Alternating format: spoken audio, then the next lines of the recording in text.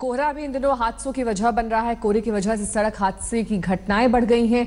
मथुरा में यमुना एक्सप्रेसवे पर आज 12 गाड़ियां आपस में टकरा गईं, जिसमें एक शख्स की मौत हो गई, वहीं करीब 10 लोगों के घायल होने की खबर है।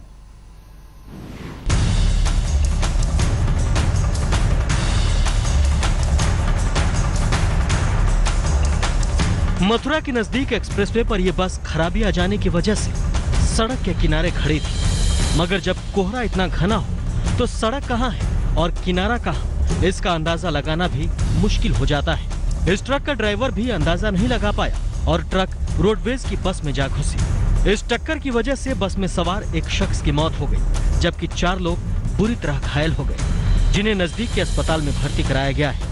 ट्रक की टक्कर से हुई मौत की वजह से बाकी मुसाफिरों में हड़कंप मच गया और लोग खौफ में सर्दी की परवाह किए बगैर बस के बाहर आ गए। यह हादसा मथुरा के सुरीर इलाके में हुआ।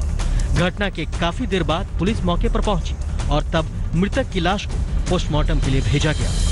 बस ने इमरजेंसी ब्रेक लिए बीच में जी, उसके पीछे फिर बस एक और उसी, फिर उसके पीछे मैं था, मेरे पीछे एक और गाड़ी थी जी, ऐसे हुआ सब उसके पीछे। तो एक्सप्रेसवे के द्वारा क्या राहत कर दिए गए यहाँ पे? कोई नहीं, 2 घंटे 3 घंटे तो कोई नहीं आया जी। उसके बाद 3 घंटे तो कोई नहीं आया। 3 घंटे तक तो हम वैसे चिल्लाते रहे, गाड़ी को मचाते रहे जी, क्योंकि दूसरी गाड़ी ना घुसे और दूसरी ना कर, ऐसे करते 5-6 गाड़ियाँ लग गई। इस हादसे के एक के बाद एक कई गाड़ियां आपस में टकराई, जिसकी वजह से एक्सप्रेसवे पर घंटों जाम लगा रहा और गाड़ियों की रफ्तार धीमी रही। एक्सप्रेसवे पर कोहरे की वजह से हुई इन टक्करों में दर्जनों लोगों के घायल होने की भी खबर है। दिनों दिन बढ़ते कोहरे की वजह से रात और सुबह के वक्त हादसों की तादाद और सफर का वक्त बढ़ने लगता है। सिर्फ सड़क ही नहीं, बल्कि कोहरे की वजह से ट्रेनें भी रेंगने को मजबूर हैं और अपने तय वक्त से घंटों की देरी से पहुंच रही हैं। मदन गोपाल, मथुरा, आज तक। धुंध के पहले ही दिन कोहरा कई जगहों पर हादसों का सबब बना। बुधवार को छाए कोहरे के कारण उत्तर भारत के तमाम शहरों से हादसों की खबरें आईं। उत्तर प्रदेश, हरियाणा और राजस्थान में कई जगह जानलेवा सड़क हादसे हुए, जिनमें कई लोगों की जान चली गई, जबकि कई लोग घायल हो गए।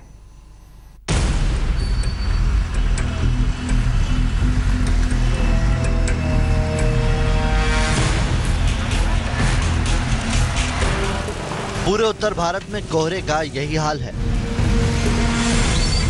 कोहरे का पहला दिन कई शहरों में हादसे का सबब बना। इन हादसों में बड़ा नुकसान हुआ और कोहरे ने कई लोगों की जान भी ले ली। कानपुर दिल्ली नेशनल हाईवे की ये तस्वीरें बुधवार सुबह की हैं। यहाँ घने कोहरे के कारण कई गाड़ियां आपस में भिड़ गई, कई लोग घायल हो गए और हाईवे पर 3 किलोमीटर लंबा जाम लग गया। वो कंट्रोल नहीं कर पाए, उन्होंने आगे पीछे से हमारी गाड़ी को हिट किया, जिसके बाद हमारी गाड़ी ट्रक के नीचे घुस गई है, जिससे हमारा पूरा इंजन डैमेज हो चुका है। हमारी गाड़ी को मिला के 17-18 गाड़ियां हैं। हरियाणा के फतेहाबाद में भी कोहरे के कारण भीषण हादसा हुआ। निजी स्कूल बस और बाइक की टक्कर में बाइक सवार पिता पुत्री की मौत हो गई, जबकि एक युवती घायल हो गई।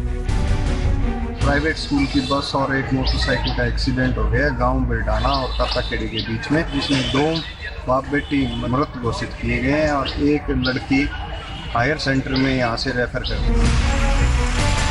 यूपी के इटावा में कोहरे के कारण 4 ट्रक आपस में टकरा गए, जिसमें एक शख्स की मौत हो गई, जबकि कई लोग घायल हो गए। दुर्घटना के चलते नेशनल हाईवे पर लंबा जाम लग गया।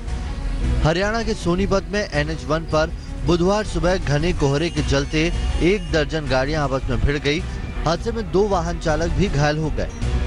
राजस्थान के धौलपुर में घने कोहरे के चलते चंबल पुल के पास रेलवे कर्मचारी की ट्रेन की चपेट में आ जाने से मौत हो गई।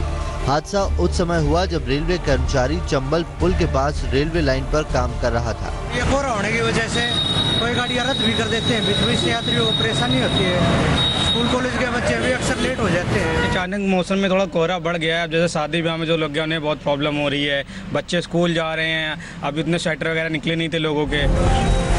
सीजन का पहला कोहरा ही कई शहरों में हादसों का सबब बन गया। आने वाले दिनों में कोहरा अभी और गहराने के आसार है। आज तक ब्यूरो।